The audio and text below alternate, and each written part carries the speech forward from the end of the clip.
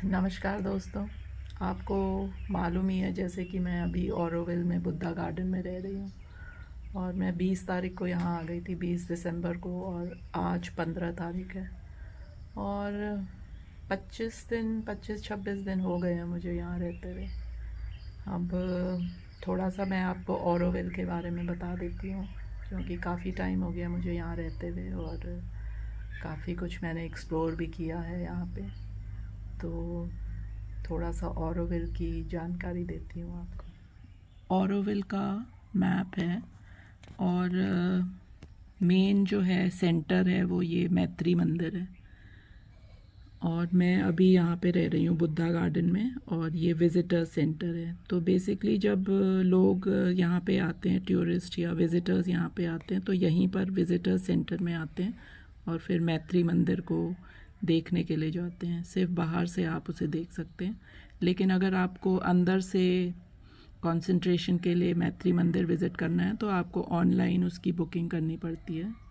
तो कम से कम 24 से 24 घंटा या 48 आवर्स लग जाते हैं आपको परमिशन लेने में। तो ये पूरा मैप है ऑरोविल का। पौंडीचेरी यहाँ से करीब 12 किलोमीटर के डिस्टेंस पे है और चेन्नई ऊपर की तरफ ऑलमोस्ट 150 किलोमीटर्स के आसपास है। तो मैक्सिमम जो हिस्सा है ऑरोविल का वो तमिलनाडु में पड़ता है और इसका कुछ हिस्सा पौंडीचेरी में आता है। पौंडीचेरी जैसे कि आप लोगों को पता ही है कि ये एक यूनियन टेरिटरी है और बे ऑफ बंगाल का एरियल डिस्टेंस यहाँ से जस्ट 4 किलोमीटर के आसपास है। ऑरोविल टाउनशिप को बसाने का जो आइडिया है वो इंडियन फ़िलासफ़र और स्पिरिचुअल गुरु श्री औरोबिंदो घोष का है, जो 1872 में कलकत्ता में पैदा हुए थे और कैम्ब्रिज में उनकी पढ़ाई हुई थी।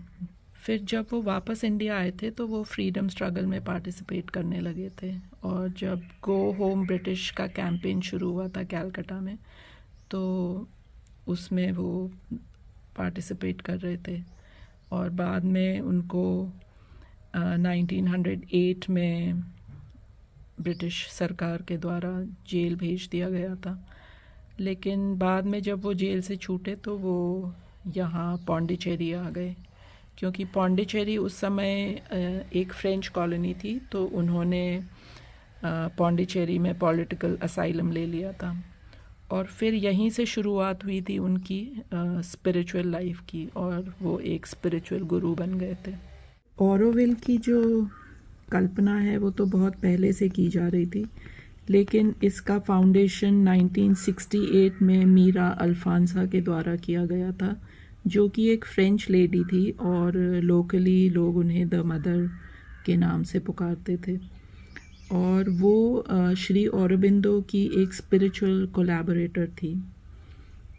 तो फाउंडेशन इसका 28 फरवरी 1968 को डाला गया था और इसमें लगभग 5000 लोगों ने पार्टिसिपेट किया था और अभी जो मैत्री मंदिर के पास में एक बनियन ट्री है, बरगद का पेड़ है, उसी के नीचे सब लोग इकट्ठा हुए थे और 121 अलग अलग देशों से लोग आए थे और अपने देश से वहाँ की अपनी मिट्टी भी लाए थे और इंडिया के उस समय आई थिंक 22 स्टेट्स हुआ करते थे, तो 22 स्टेट्स से भी अलग अलग लोग आए थे। ऑरोविल को यूनेस्को जो है वो एक ऑल्टरनेटिव सोसाइटी की तरह रिकग्नाइज़ करता है और इंडियन गवर्नमेंट भी अब ऑरोविल में काफ़ी इंटरेस्ट दिखाती है।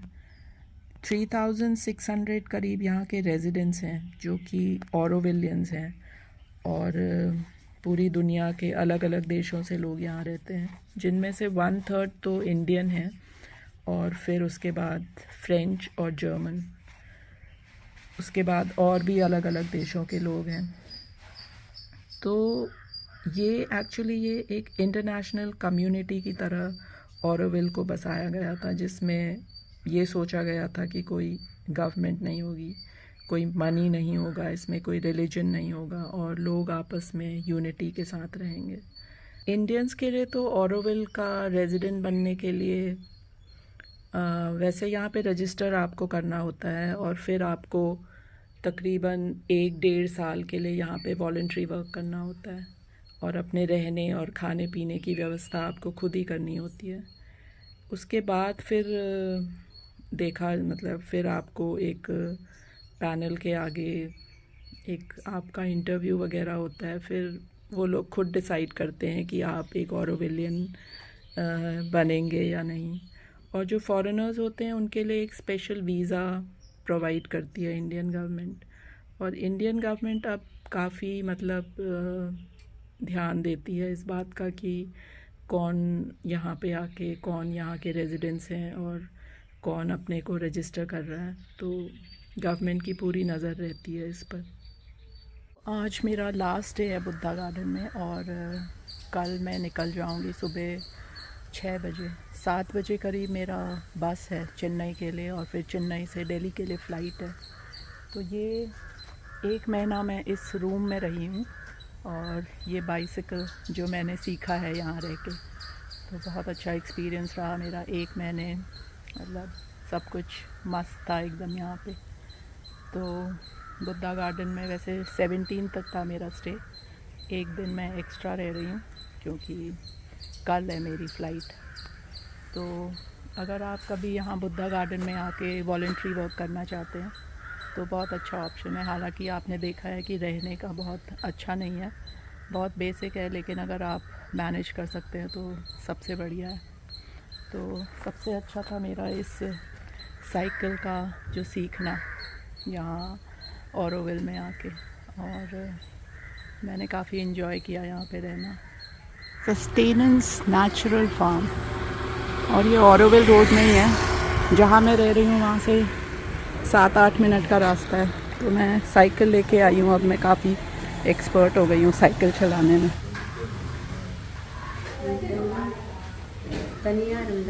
Hello, good morning. My personal photographer. Yes. So she's cutting the vegetables right now.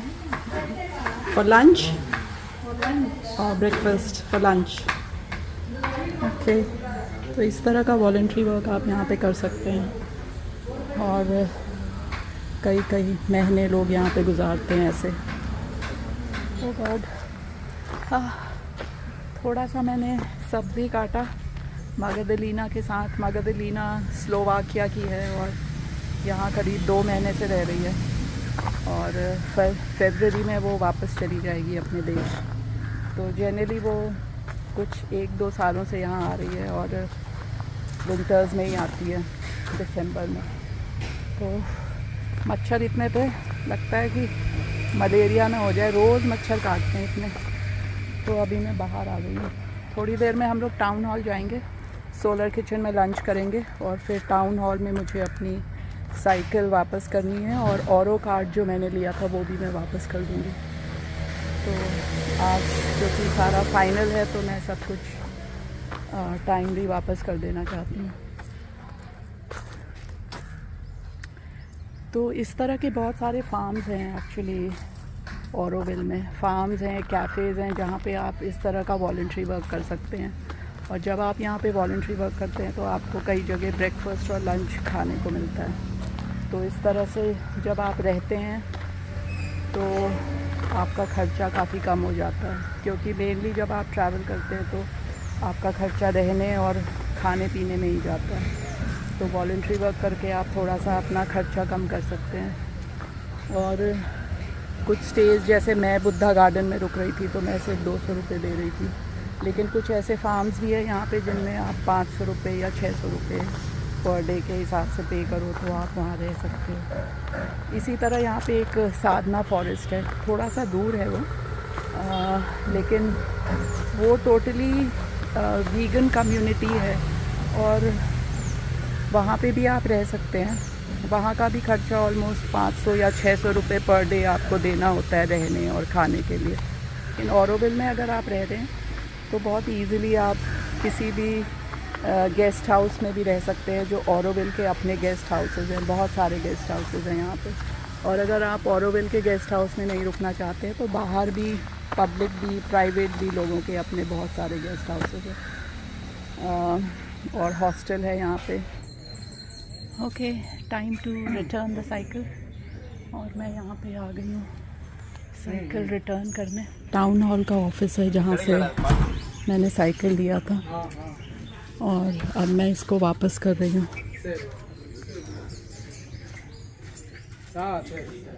Okay, ये साइकिल मैंने रिटर्न कर दी है और ये साइकिल का नंबर है, मुझे हमेशा याद रहेगी ये साइकिल। बहुत अच्छे से मैंने इसको चलाना सीख लिया है और मैं अपना ऑरो कार्ड वापस कर दूँगी। ऑरो कार्ड में कुछ बैलेंस होगा वो मुझे वापस मिल जाएगा और फिर उसके बाद फिर हम लोग लंच करेंगे और फिर रूम में जाऊँगी, थोड़ा पैकिंग वगैरह करूँगी। और ये मेरा बैग और मैं वापस से पहुँच गई हूँ सूर्या बीच रिजॉर्ट के अपोजिट। आज मैं वापस दिल्ली को जा रही हूँ। आज है 19 तारीख, तो bye bye from Auroville and Pondicherry.